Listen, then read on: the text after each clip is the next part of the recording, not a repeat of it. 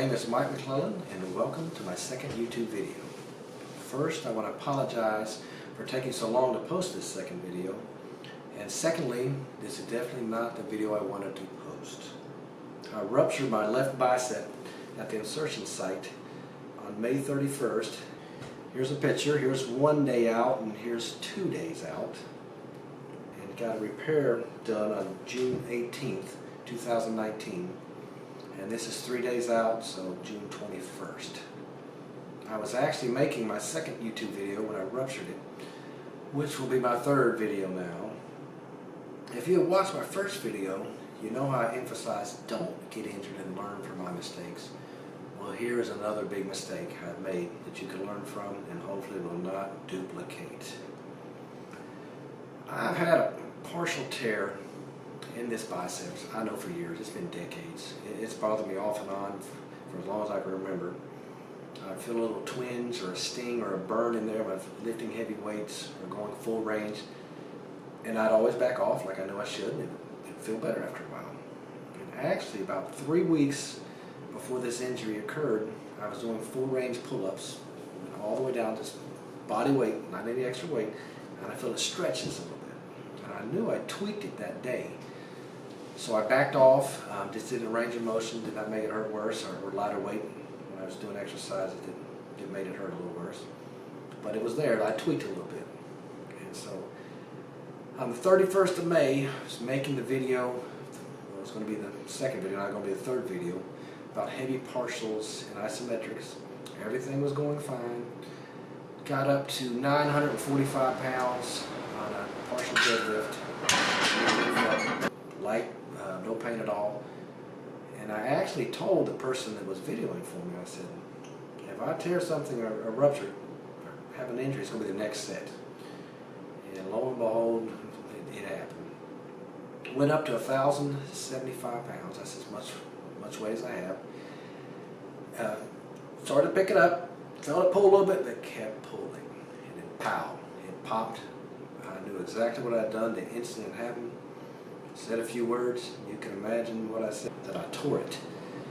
And in saying that, let me just say, always, did I say always? Listen to your body. It will not lie to you. People will look you straight in the face and lie through their teeth, but your body will always be straight up. So as long as you listen to it, you're going to most of the time be all right. So, I had this. The surgery entailed, they reattached the distal portion of my bicep to my radius, where it attaches to the bicep originally attached there as well, to radial tuberosity, and they drilled a hole through. Typically with this surgery, I've researched a lot of it before I got it done, they drill a hole all the way through the radius, attach a pin at the end of the tendon, stick it all the way through and pull it tight on the other side. Now the surgeon that did mine did not do that. He was afraid to hit a nerve on the other side of the radius, so he went halfway through and attached it. So hopefully it's going to be strong enough to hold. But I won't be able to put much weight on there for at least 3 to 4 months so I can start adding weight then. So, but hopefully before then I'll be able to get full extension so I can work on doing chest and triceps, because I won't be putting any resistance on my biceps, which will try to maybe pull it out.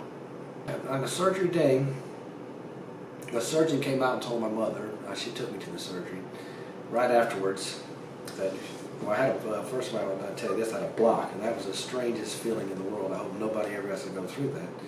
They put a block right up here. I could not feel my arm whatsoever. It was like something different than me. I could touch it, nothing. Pick it up, just flop. I could wiggle my fingers just a little bit, but besides that was it. It was like it was not part of my body. And they told me it would wear off in 24 hours, and it did in 18 hours, and my arm was back, but he told my mother, make sure he fills his prescription for Percocet, because it is going to be hurting like heck once that block wears off. So I went ahead and filled it, just in case, and then once the block wore off, didn't feel a thing. I might have moved a little bit, felt a little bee sting, nothing major. I ended up taking maybe I did take just 3 ibuprofen, 200 milligrams, and I didn't really need that. So I've got all these Percocets. I thought about selling them, pay for this surgery bill. It's outrageous. I'm not going to do it, just kidding, but I need to get some money to do that. I'm going to be out of work for 4 to 6 weeks. Now, I go back next Wednesday, so that's going to be 8 days out. He's going to take the bandage off. And actually, I'm in a half cast, so I can't extend my arm all the way. And then a week after that, I'll go back and he's going to take the stitches out. Hopefully, I'll get rid of this sling pretty soon. I can't wait to get rid of that. So in saying this was some awful bad luck. Things happen in life. Probably a good saying for this video is, to get through this life and through this world, sometimes you got to get mad dog mean, and that's just the way it is. This is one of those times. I'll get through this. I'll be all right. One good part about it, because you always got to look at the bright side of everything, I've got 4 to 6 weeks off work that I can use to make more videos. So it will not take as long to get the next one up. I promise. Hopefully I get 2 or 3 in there, but at least 2. And as always, be good to each other. We're all in this world together. Stay tuned, and thank you very much.